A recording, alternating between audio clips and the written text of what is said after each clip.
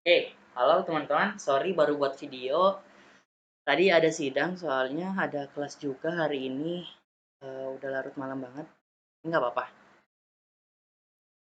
Jadi kalian kalau ada kurang paham silahkan bertanya aja. Nanti saya buatin video penjelasan di saat saya luang. Tapi cepatnya kok nggak sampai sehari banget dibuatin videonya.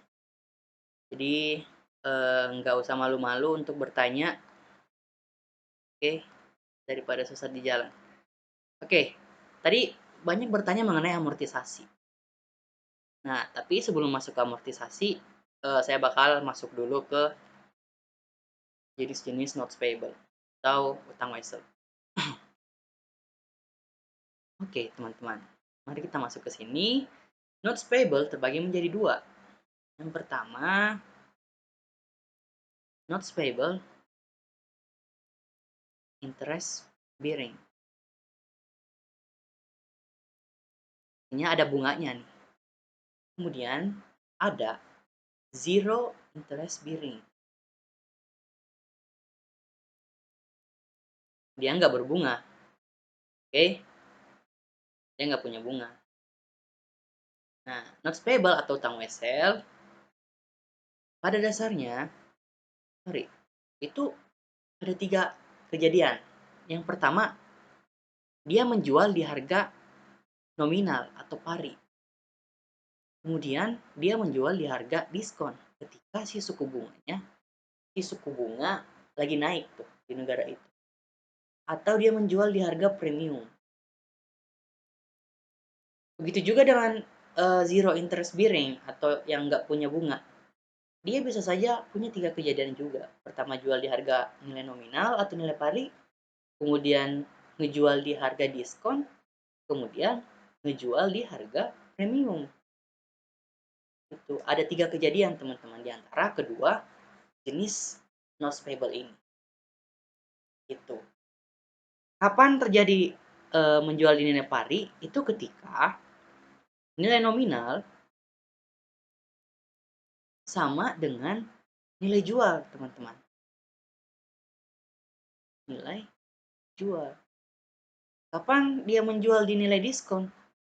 Itu ketika terjadi nilai nominal itu lebih gede daripada nilai jual. Gitu. Kapan dia menjual di premium? Ketika nilai nominal lebih kecil dari nilai jual.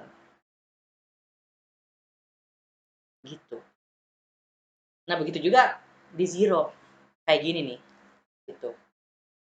Nah, apa itu nilai jual? Apa itu nilai nominal? Mari kita lihat contoh soalnya nih. Mana tuh? Ini. Ini digeserin dulu.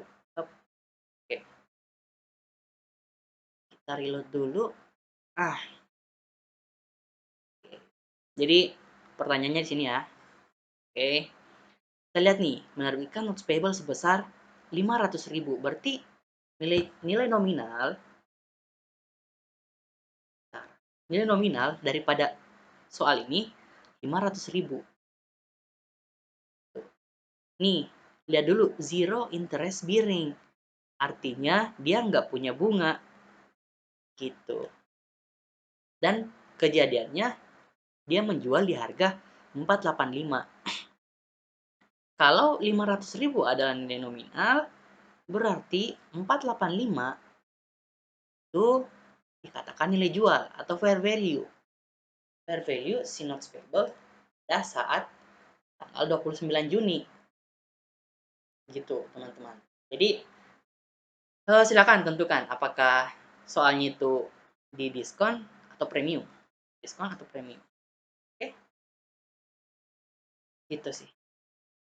Nah, apa lagi ya? Itu sih. Kemudian karena muncul diskon dan premium, maka harus ada amortisasi, teman-teman. Nah, muncul nih konsep amortisasi.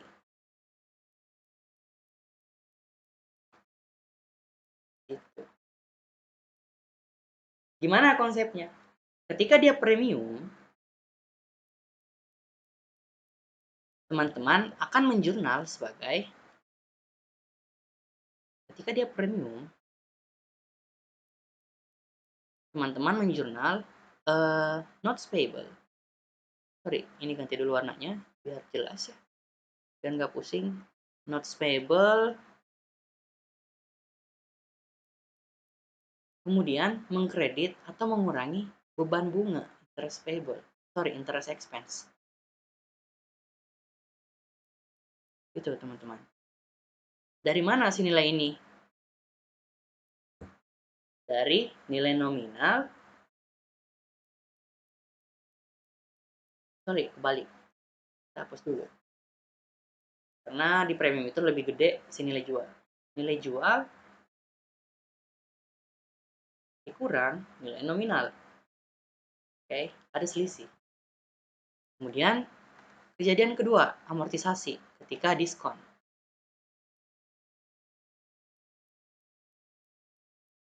Dia jurnalnya kayak gini.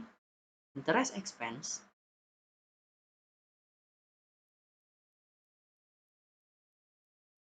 ada notes payable. Oke. Berapa? Sebesar nilai nominal dikurang nilai jual atau fair value pada saat penerbitan notes payable itu. Teman-teman perlu memperhatikan satu hal. Ketika dia jurnal amortisasi premium, itu notes payable-nya dikurangin. Kenapa dikurangin? Konsep saldo normal gitu kan. Kalau saldo normalnya notes payable kan di kredit ya. Berarti kalau dia di debit, artinya si notes payable berkurang. Benar nggak? Oke. Nah, kita ambil contoh nilai nominal misal. Nilai nominalnya 400.000.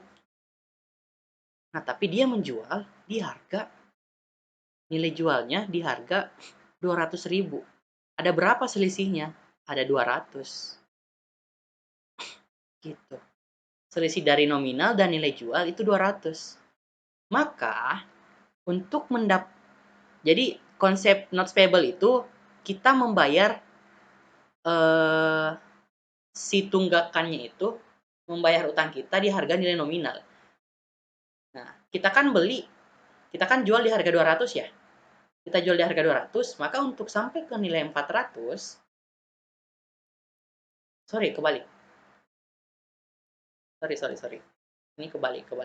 Hapus. Oke, nilai nominal misal 400 nih. Nah, nilai jual 500 misal. Misal tuh di notes payable di kertasnya tuh tertera nilai nominal 400.000. Nah, sementara notes payable 400.000 ini dijual di harga 500.000. Ada gap dong. Nah, maka ketika jatuh tempo, si notes payable ini harus 400.000 gitu. Kita harus membayar seharga 400.000, bukan 500.000 lagi. Seperti itu teman-teman. Bagaimana cara agar dari 500.000 menjadi 400 dengan cara amortisasi. Berapa pengurangan? Berapa yang harus dikurangi notes payable-nya? Harus dikurangin selisih ini 100.000. Itu berarti di sini 100.000. Itu agar dari 500.000 itu menjadi 400.000 nantinya pada saat jatuh tempo. Jadi kita cuma bayar 400.000 seharga nilai nominal ini. Jadi kita nggak bayar jatuh tempo seharga 500.000. Gitu teman-teman. Nah, begitu juga dengan diskon. Diskon kebalikan dari premium. Misal nih contoh, nilai nominal dari sebuah notes payable itu 400. Nah, tapi nilai jual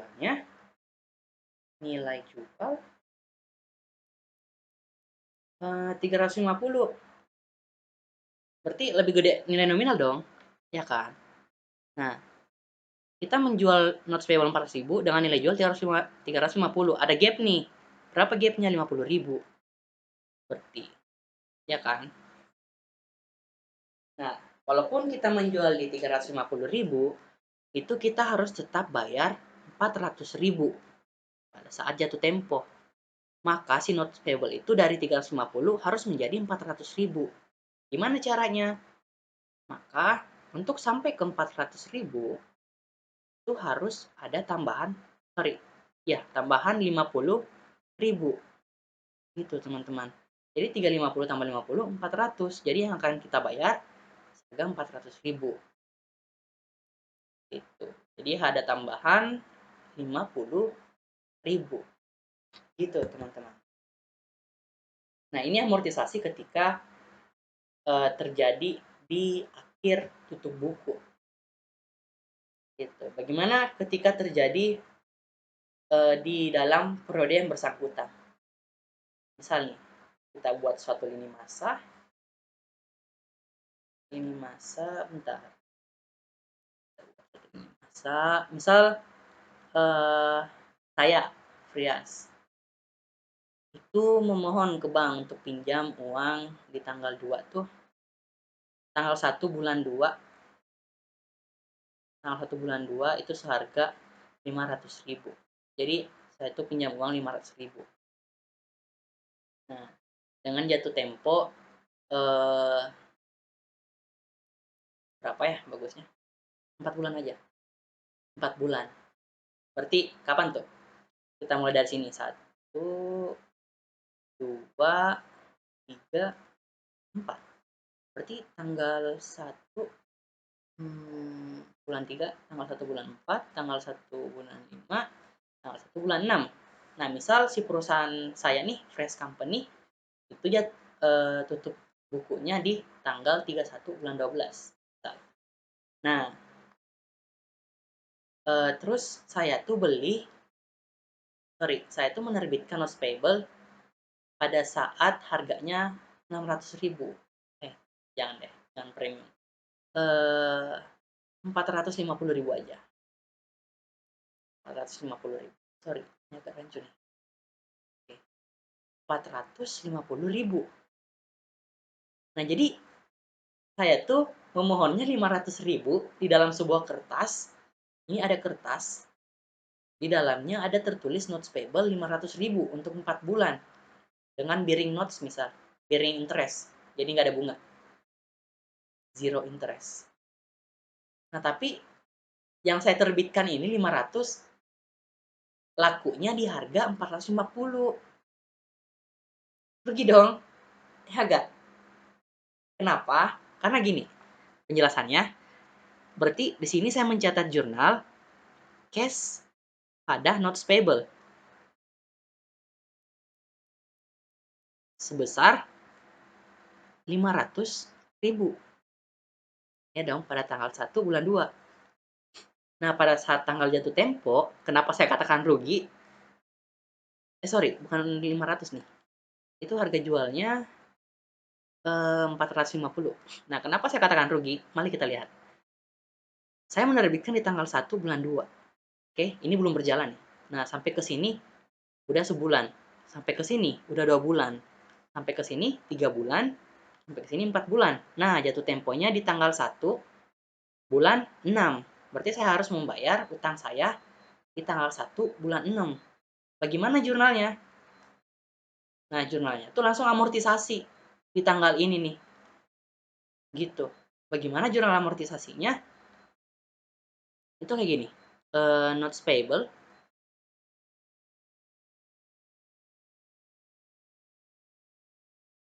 Notes payable. Interest expense. Kemudian cash. Notes payable-nya berapa? 450. Interest expense 50. Nah, kenapa muncul 50? Karena selisih dari 500 dan 450. Kenapa? Karena saya kan jual nih di 450. Maka untuk harusnya tuh saya harus bayar di 500. Itu sesuai dengan tertera di kertas nih. Notes payable-nya 500.000. Berarti pada saat jatuh tempo saya harus bayar 500.000. Walaupun saya pinjam 450, rugi dong, ya kan? Itulah ruginya kalau kita menjual notes payable di harga diskon, gitu. Jadi mau nggak mau, Anda, saya harus membayar 500.000 walaupun saya cuma pinjam 450, gitu. Jadi 450 tambah 50, 500. Jadi akun interest expense ini itu sebagai pengakuan amortisasi. Seperti itu.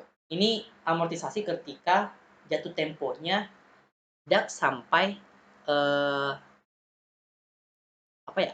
Tidak sampai keluar dari periode gitu. Tidak pindah periode. Jadi kalau pindah periode itu interest expense harus dialokasikan dulu ke notes payable kayak ini nih. Gitu. Oke, itu sedikit konsep dari amortisasi notes payable. Gitu, teman-teman. Untuk konsep apa lagi ya? Itu sih. Itu ya yang ditanyakan amortisasi. Oke, thank you. Mohon maaf telat buat videonya. Semangat tetap belajar. Oke. Mana nih matinya?